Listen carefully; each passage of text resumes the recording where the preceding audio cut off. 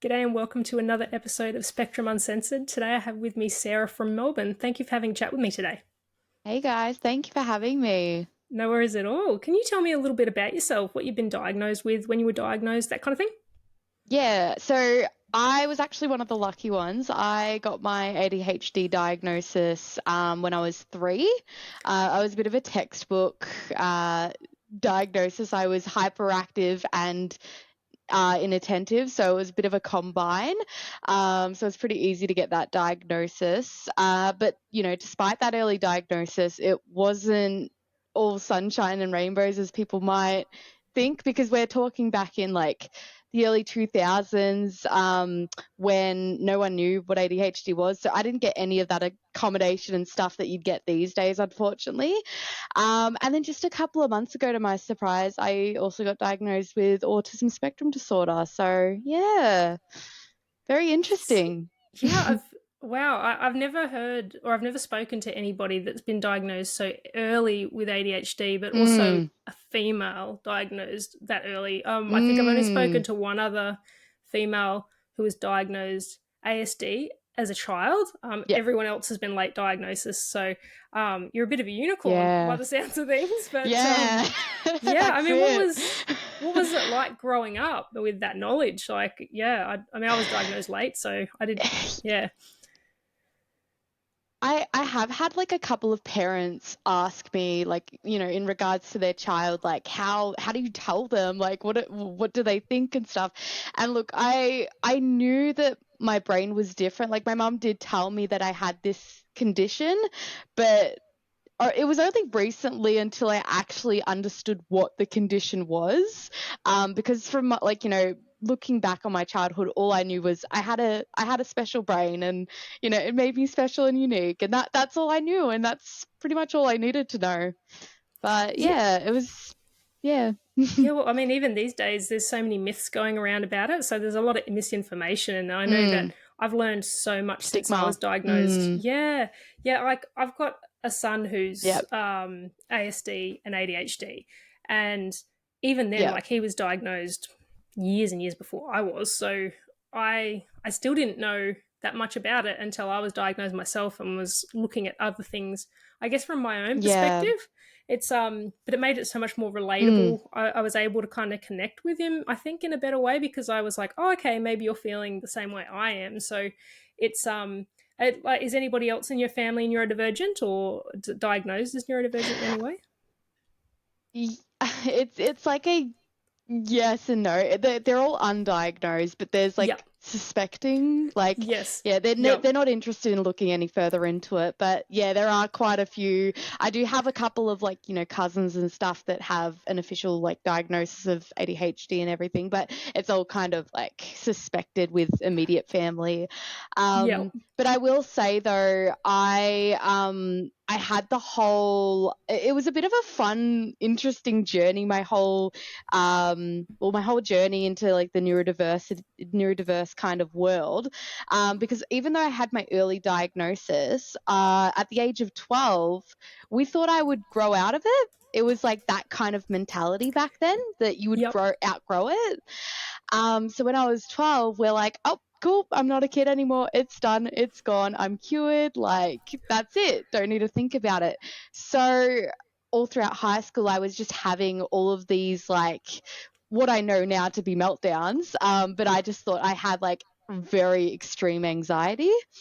So yeah, it's been quite a process, like trying to learn like what it actually is and what it entails, and yeah, all that kind of stuff. Yeah, I mean, Mm, it means something different to each individual person, I guess, because obviously we have everybody has their strengths and their weaknesses and all that kind of thing. But I know, like for me, my ADHD is very much in my brain. It's not physical, so yeah, that often is kind of, there's that misconception that you should be running around like a chicken with their head cut off kind of thing. If you've got ADHD, it's just kind of like the yeah. typical, oh, a Squirrel, boy bouncing yeah. around, yeah, kind of thing. So it's interesting that, Yeah, yeah. yeah, you were diagnosed so young as a female, because it, for the longest time, it was very much like a boys thing, Mm, like only boys could have it. Same with autism. It's just It's amazing how far we've come. A lot of people, Yeah.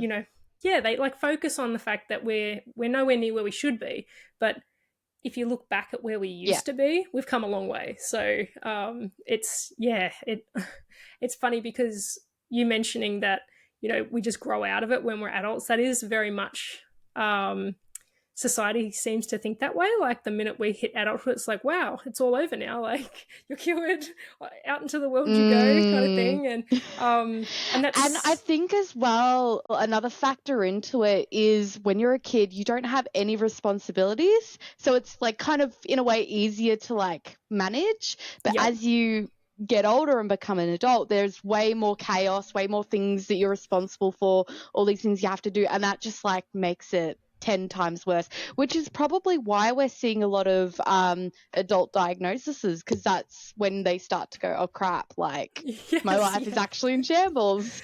Yep, Yeah. yep. I found that I didn't really suffer from my neurodivergence until I had my son, and then all of a sudden I had this little person to look after, and everything Mm. changed, and the Yeah. routine was no longer there. I had no control over my life, pretty much. So that's when, like, all the, as you say, the Yes. stresses start, and once like, school can be very difficult, especially for people that are neurodivergent, but some people thrive in it, and then Mm. it's that getting Yeah. out of that routine and into a workforce that becomes the stressor and the trauma kind of thing. It's everybody's story is obviously different, but what was it like for you during school or through school? Yeah. Yeah, look, it was it was hard still. I think my main issue with school being neurodiverse was the friendships mainly. And yeah, just also like just the expectations as well. Like I would just get into trouble with the teachers for just so many things, like, the typical, the talking, the not sitting still, all that kind of stuff. And I remember, like, the teachers would pull me to the back room and kind of, sternly tell me off. And I'd just kind of be like, what did I do wrong? I don't understand. And I just look at them like perplexed, like I don't think I've done anything wrong. I can't be sad about this because I'm yeah, I haven't done anything wrong. Yeah, so it's quite interesting growing up as a kid, but definitely I think the friendships and all that trouble has definitely given me a whole ton of trauma, which just makes the neurodiverse conditions like 1,000 times worse and just complexes everything. Yeah. Yeah, I don't know if you ever copped it, but I was the same with the whole talking thing. I would talk to anybody, and teachers would often move Mm. me to a different seat next to Yeah. someone else, but I'd just talk to them anyway. Like it didn't matter where you moved me, I was going to talk. That's it. That's it. Yeah. But yeah, it's interesting that you say that you talk about the trauma through school and friendships and things like that, because a lot of people have said to me, oh, if I was diagnosed as a child, it might have been easier or less traumatic had I known. But then Mm. the other lady I spoke to about her being diagnosed, I think she was 6 or something from memory, or was it 8, something like that. But Yeah.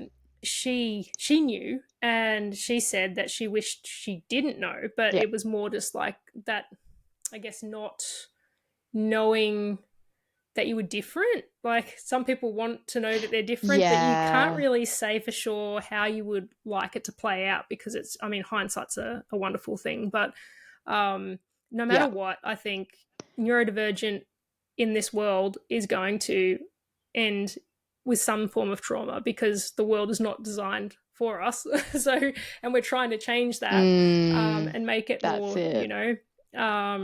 comfortable. But ultimately, if something's not Yeah. designed for you, with you in mind, it's going to be traumatic. So it doesn't really matter, I Yeah. don't think, whether you're diagnosed as a Yeah. child or an adult.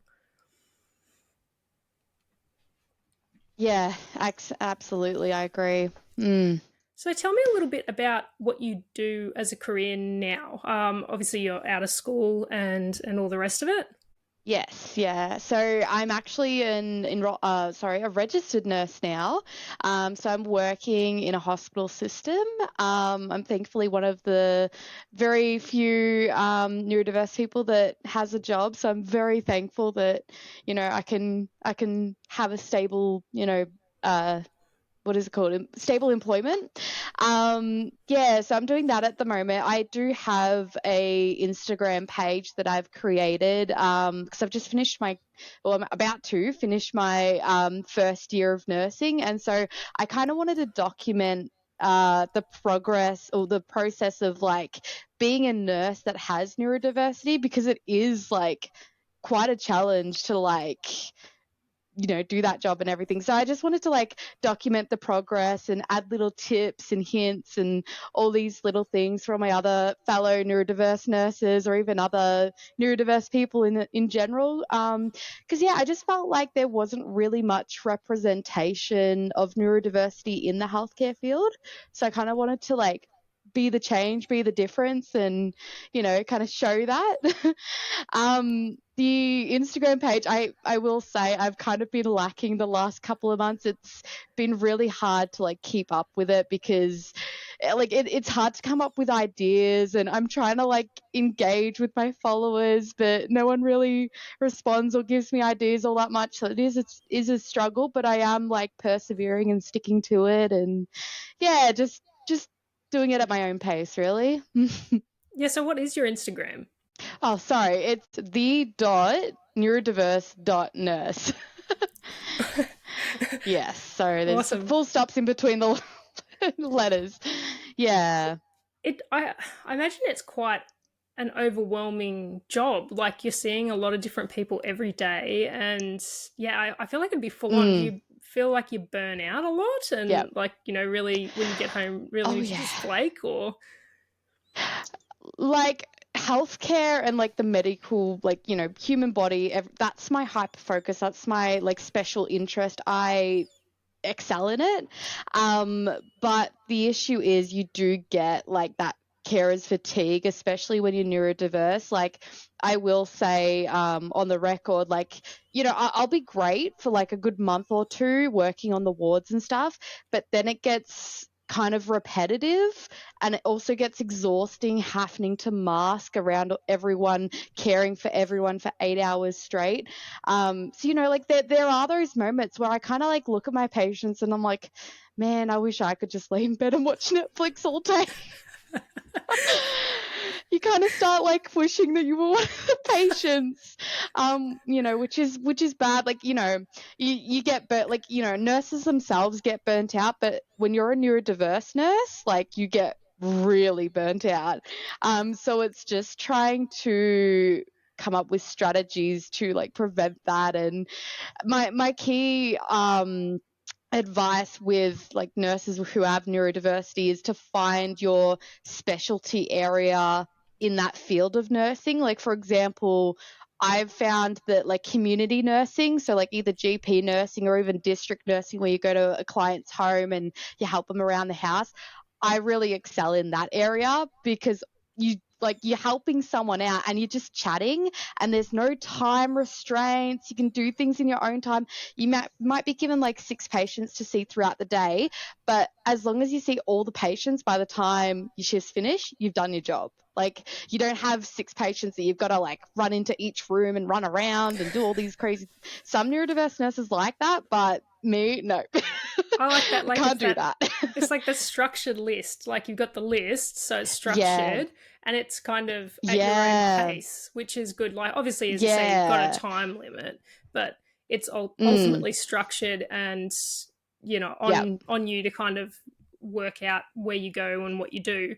Yeah, like being a That's nurse in it. like Yeah. the ER or something would just be so chaotic. I don't know. I Oh, just some ADHD girlies love the ER because of the chaos, because of the constant change and the rushing around and excitement and stuff. And then I know some nurses, some neurodiverse nurses really love the ICU as well. yep. Because you got that one patient that you focus on and put all your energy into. So I guess nursing is a really good area for someone with neurodiversity because there's so many different areas that you can choose from, and it's really flexible. And yeah, just a little bit like, there are options. Instead of working like 5 days a week, 9 to 5, you can work AMs, PMs, overnights, or, you can work Sundays, you can work 1 day a week, you can work 7 days a week. Like, there's just all that flexibility, which I find is really helpful.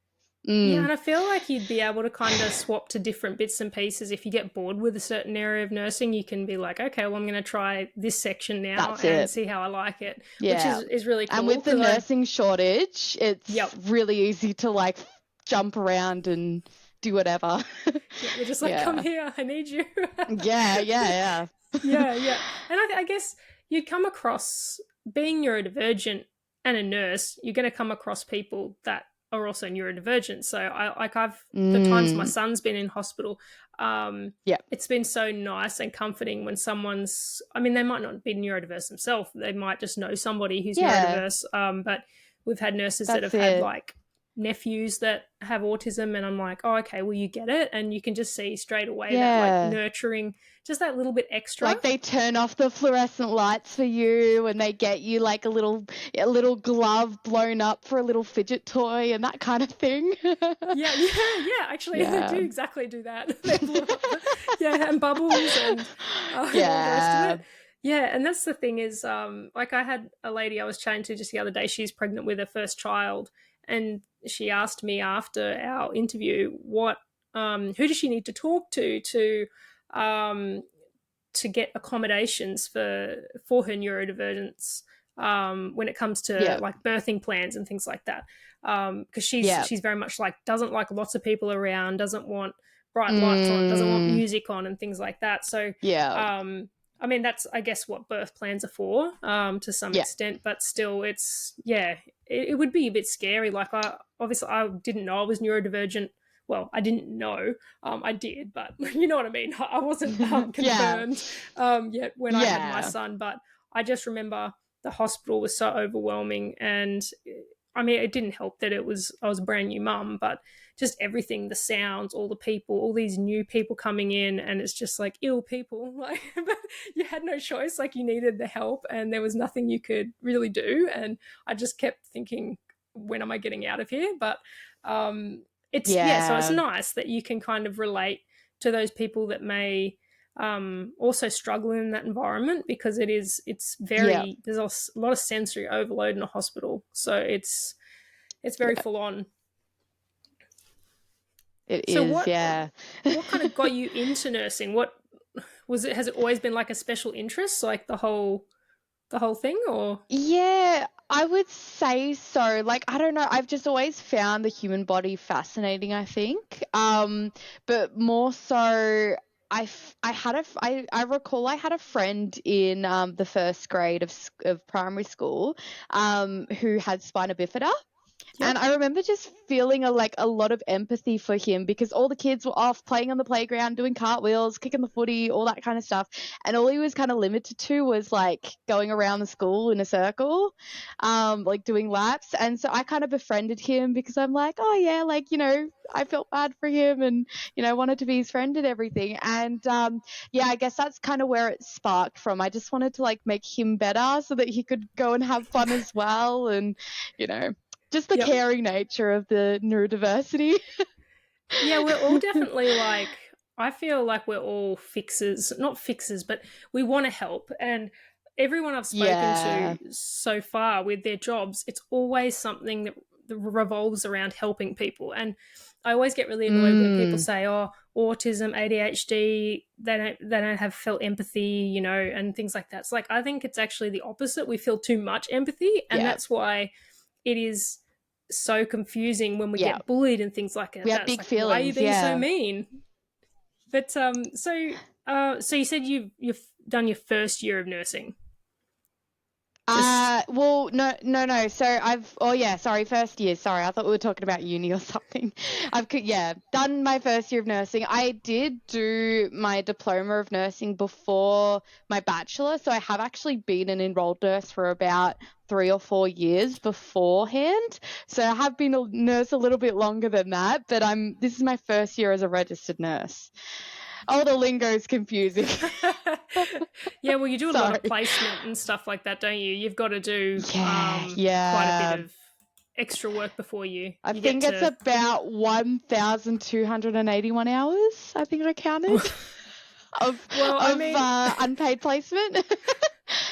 Yeah, when it's everyone's brutal. lives are potentially in your hands, I guess that's fair enough, isn't it?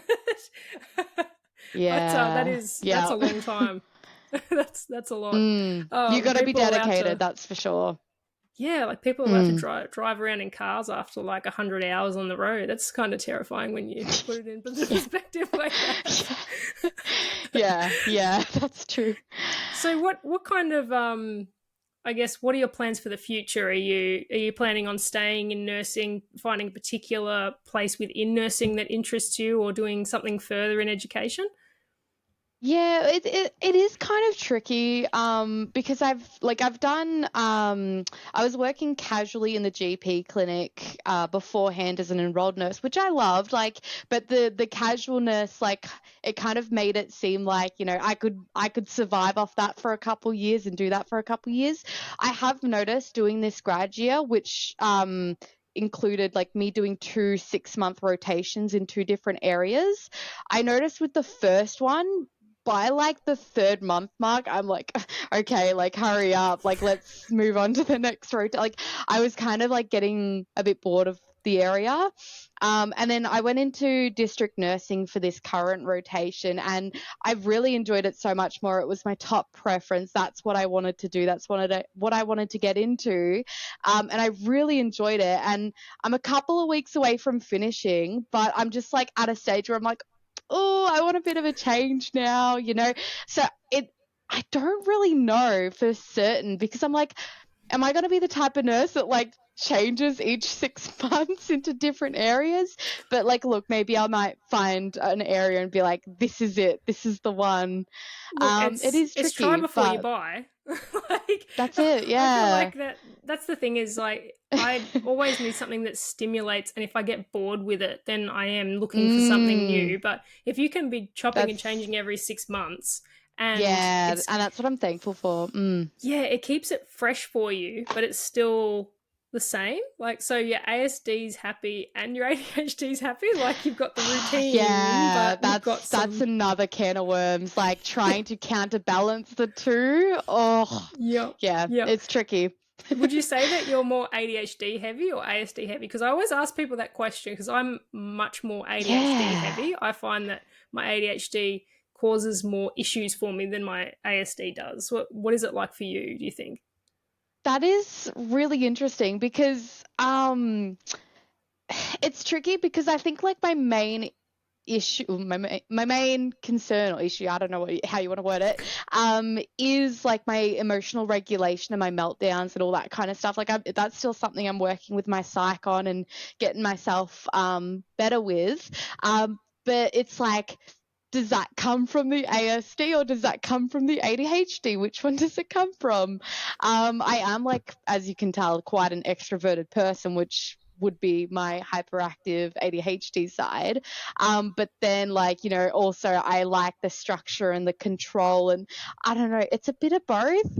I'm going to be boring and just say, you know, that.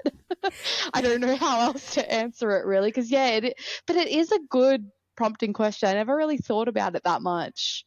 Yeah, Hmm. it is. I just find it's one of those questions that really makes you think about it because Yeah. I still struggle with my ASD. It's just Yeah. that, as you say, it's the push pull of like, I always Yeah. say it's the routine with the ASD and the impulsivity of the ADHD. And often I'll go, I'm going to do something new because I'm bored with this Mm. ADHD. Then I go and do it and go, why did I just do this ASD? Yeah. um, Yeah, that's it. and yeah, it And doesn't happen at the same time. It just happens like usually you'll make an impulsive decision and then regret it. And that's the push pull of it. yeah. And I did struggle a lot when I did get my ASD diagnosis. I was in so much denial with that because I'm like, I don't have autism. I like, you know, someone with ADHD can have sensory issues and all that kind of stuff. That doesn't mean I'm autistic. But my psych, she kind of really helped me with developing like a she basically explained it as your ADHD is sensory seeking, whereas autism is sensory avoiding, which is Yes. very interesting to think about. Like, it's more ADHD is more sensory seeking, autism's more sensory avoiding, and that really kind of helped to differentiate what parts of me are my autism and my ADHD. So I find that really kind of helps with coming to terms with that diagnosis. That's an interesting way to kind of put the point across, because it's similar to the ADHD's impulsivity, ASD's routine. Mm. But it doesn't Yeah. mean that just because you're ASD you're super routine, or just because you're ADHD you're super impulsive. Yeah. It's just that, like, it just pops up every now and then, like, surprise. But but it's not, Yeah. Yeah. it's not, there's no hard and fast rule about it. Everybody's an individual. But it is definitely that comorbid relationship between ADHD and ASD is quite an interesting and Yeah. complex one. It's not as simple as Yeah, it makes black and white. things 10 times worse. Yeah. Because you just kind of got to counteract them both now. Yes, I often find Mm. myself like, someone will go, "Oh no, I've only got ADHD." I'm like, so jealous, so jealous. It's just like, that must be so much easier. It's like when you see those memes where it's got One less like, thing to worry about. Yeah. yeah, it's like I don't know if you've seen the meme where it's got, "I've got ADHD, I thrive on impulsivity," and then, "I've got ASD, I Mm. thrive on routine," and then, or Yeah. I what was it? "I function well with routine and structure," and Yeah. then the person down the bottom's ADHD and ASD and goes, "You guys can Yeah. function?" it's like, it's like, yeah, I I'm like, love that is that. so, yeah, because it's you just don't know what you're going to get every time you wake up, which is, That's it. yeah. Yeah. So it's like, the Oh, it's ADHD crazy. side of the brain's like, this is amazing. And the ASD side's just like, I'm going back to Yeah. bed. This is too hard. And I have been told by ex-friends now that that I am someone that they have to walk on eggshells around and that kind of thing, because they don't know what side of me you're going to get and all that kind of stuff. So that, that is tricky and it sucks, but it's just Look, part that's of why they're me. ex-friends. Okay. That's it. I think you're That's pretty cool. it. So Thank you. it's, I'm forget a little bit them. impulsive. They can't sit Yeah, with no. us. But that's just it. Like, That's I've got it. plenty of friends that are neuro divergent, but Mm. some have been diagnosed, some haven't. But Yep. we all just kind of get it. Like, when you find your people and you find your actual real friends, and that is Yep. definitely one thing on that self discovery journey that you do. You know, so you lose Mm. friends or you say goodbye to certain friends because it wasn't meant to be. But it should be pretty Yeah. effortless. Like, you just shouldn't, you get each other. Like, you just go, okay, I haven't spoken to you for a month. She's not going to be upset because, like, this is just what we Yeah. do. Like, we go and we I get disappear it. for a Yeah, while. that's it. Yeah, and then we come That's back and it's it. like And nothing changed. yeah, like because you've gone ahead of me now, because I was gonna mention towards the end that one of my pieces of advice was to find your people. Like, for the last 25 years, I've been constantly trying to fit into a neurotypical world, make neurotypical friends, just be as normal as possible. And it's only just been recently that I'm like, why am I doing this? And I've kind of let go. I've kind of developed this unmasked type of lifestyle. Yep. And I think 98% of my friends are neurodiverse or suspected neurodiverse. So and the friendships I have now that of the people that are neurodiverse are so much stronger. As you said, they get it. It's just, yeah, so much better. And another thing, if people are keen, I would say try and make support groups and stuff on Facebook and everything. I'm actually an admin for one that is, I think we have about 6,000, 7,000 members. It's Yeah, pretty wow. big. And that has been phenomenal for my local community and stuff. It's, yeah, just started. We started with 10 people in the group, and over the last couple years it's substantially grown. So even if you think it's not going to go anywhere, just be persistent and do it. It's so worth it.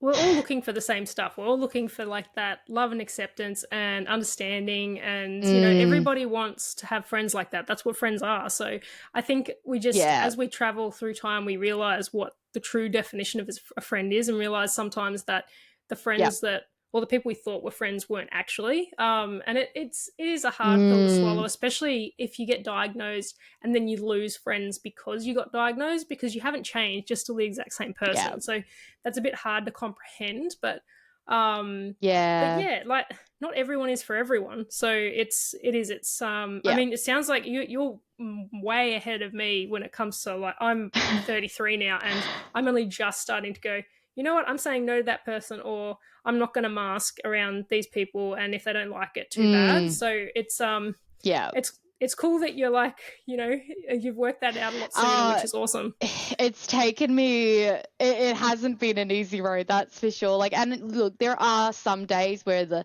RSD just hits really bad and all that kind of stuff. But I think the important key to that is just knowing you. Like, I've had so many ex-friends, again, ex-friends, saying to me, all these hurtful things like, you're controlling, you're toxic, you're this, you're that, you're too much, you're too loud, you're too crazy, like XYZ. Um, and then I just kind of go, okay, like, that's your opinion. I know who I am. I know that I'm an amazing friend. I'm confident. I'm funny. I'm this and that. And just having that confidence in yourself to kind of like laugh at those people and go, you don't know what you're talking about, clearly. You don't know me all that much, clearly. Yeah, well, it's like So, if I'm too much for you, yeah. that's your problem, really. Like, That's it. If you think that I'm too much, go find less. I feel like that's a personal problem on their part. Like, it's Yeah, and that's that's the it. thing is, I don't understand why people make such a big deal out of like they attack people for their personalities, like that's who they are. Like if you don't Yeah, like it, what are you yeah, doing?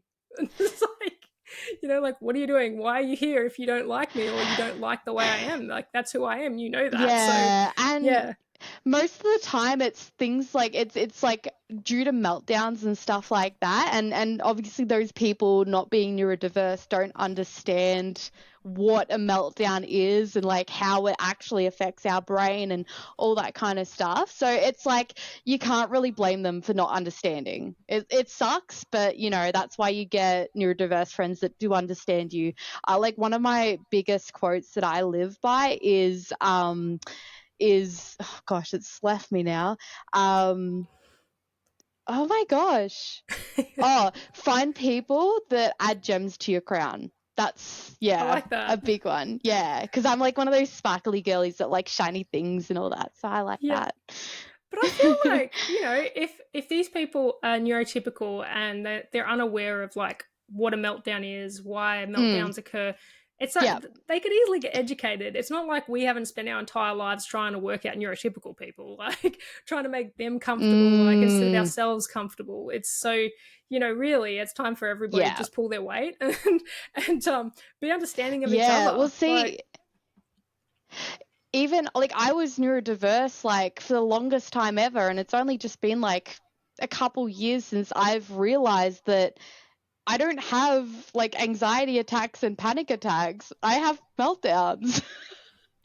And look, like that's probably what most neurotypicals think when they see a meltdown. And it's, it is a hard area because yeah, again, they just don't understand. Like they probably kind of associate those with like level 3 autism with having the meltdowns, and they can kind of go like, oh yeah, that's normal for them. They actually have like a pretty severe developmental disorder and all that kind of stuff. But then they see someone like me like presenting, and then a couple moments later I'm like rocking back and forth crying, and they're like, what's her problem?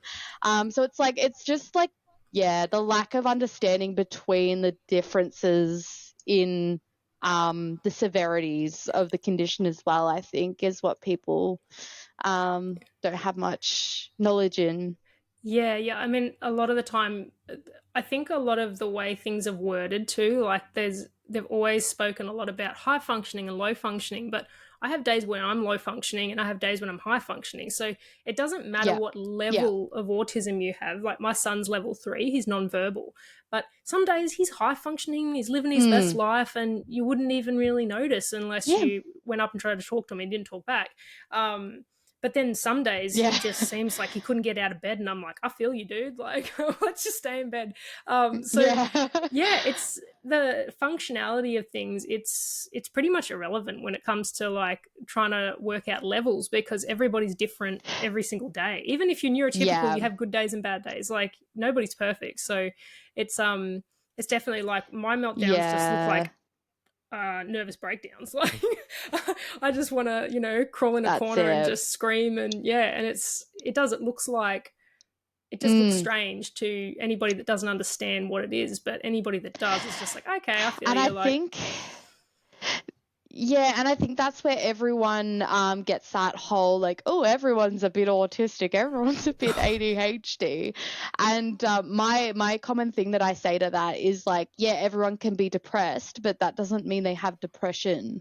Yep. Like there's different, you can be like hyperactive one day, but if you're hyperactive to the point that it is like really affecting your life, your relationships, your work, like everything like that, you've got a condition.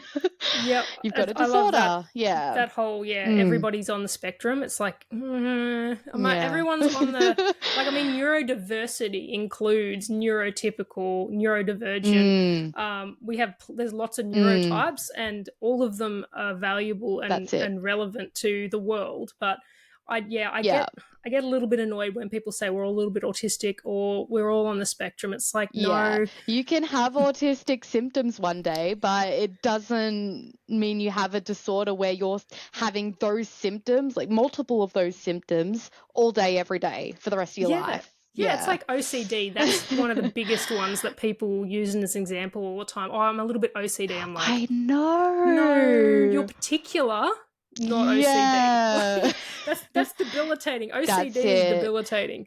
There is a lot of myths and stuff and false information spread about those things, and people, you know, will joke about that kind of stuff, you know, when they say they're a little bit OCD and things, but in reality, OCD is not funny. it's really not, but yeah, and especially the like, hey look, squirrel thing with the ADHD. Oh my gosh, I hate that.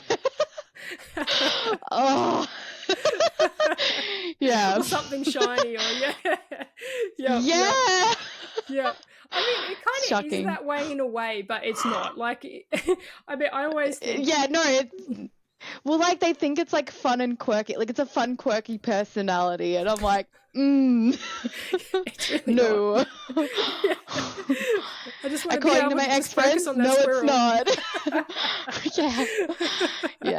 It's not.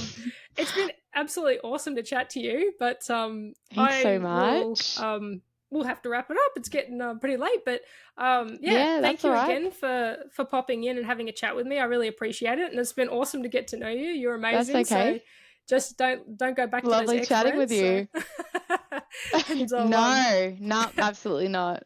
Keep looking after the people, and keep doing what you're doing. It's amazing. Thank you very much. No worries. I'll catch you next time. See you later. Bye.